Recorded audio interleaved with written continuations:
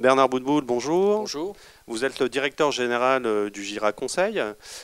Pouvez-vous nous dresser un petit peu un état des lieux du marché de la restauration rapide anglo-saxonne en France?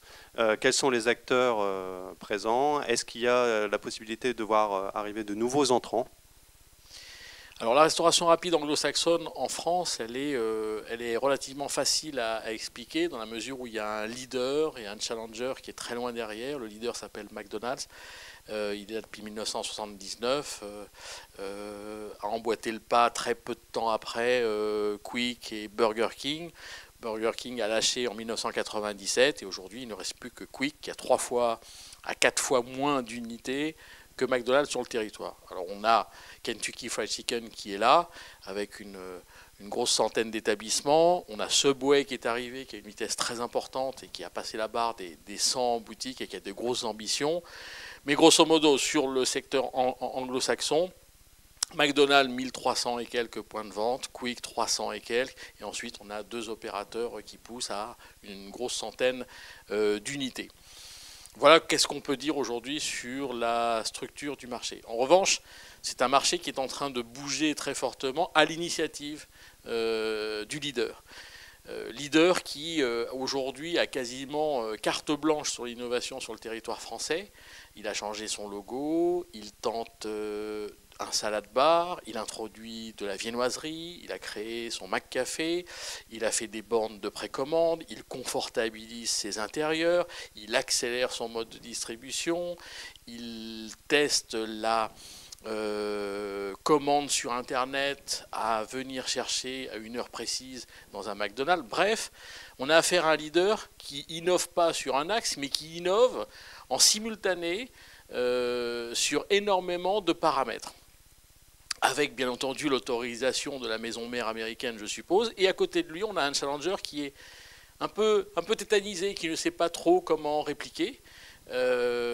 Parce que quand on a un leader qui innove aussi rapidement sur autant de facteurs, ça peut effectivement créer un effet de paralysie. Voilà en gros le marché comment il se porte, sachant que c'est un marché qui est toujours porteur, puisque McDonald's a terminé l'année 2009 à plus de 11% de croissance avec 27 ouvertures, donc on peut dire sur un peu plus de 1300 points de vente qu'il est en croissance de 11% à surface comparable.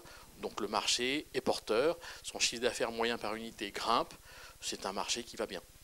En mot de conclusion, on ne serait pas complet peut-être sur ce marché anglo-saxon si on ne parlait pas de Starbucks, qui est une chaîne américaine très connue à l'international et qui approche des 60 points de vente en France.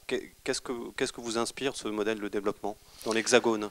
À mon sens, Starbucks est l'un des plus beaux concepts de marketing qui existent aujourd'hui.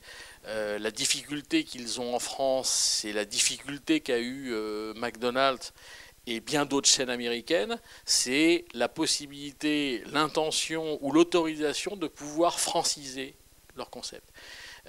Starbucks aujourd'hui est en train de travailler sa restauration à la manière française, alors qu'ils sont rentrés en France avec une restauration plutôt américanisée, plutôt aseptisée, en tout cas qui ne correspondait pas au goût français. Et aujourd'hui, on a Starbucks qui va nous offrir des sandwichs et des salades qui sont plutôt francisées. Donc nous allons voir ce que Starbucks va pouvoir donner sur cet aspect-là et voir surtout si Starbucks est crédible aux yeux des consommateurs français en ce qui concerne la partie restauration, puisque là où est sa forte crédibilité, c'est en tant que spécialiste du café, puisque Starbucks a une image très forte de torréfacteur, de vendeur de café, et comme un faiseur de café qui est vraiment un spécialiste. Donc attendons de voir cette ouverture sur la restauration qui va être très intéressante à observer. Bernard Boutboul, merci beaucoup. Merci. Je rappelle que vous êtes le directeur général du Gira Conseil.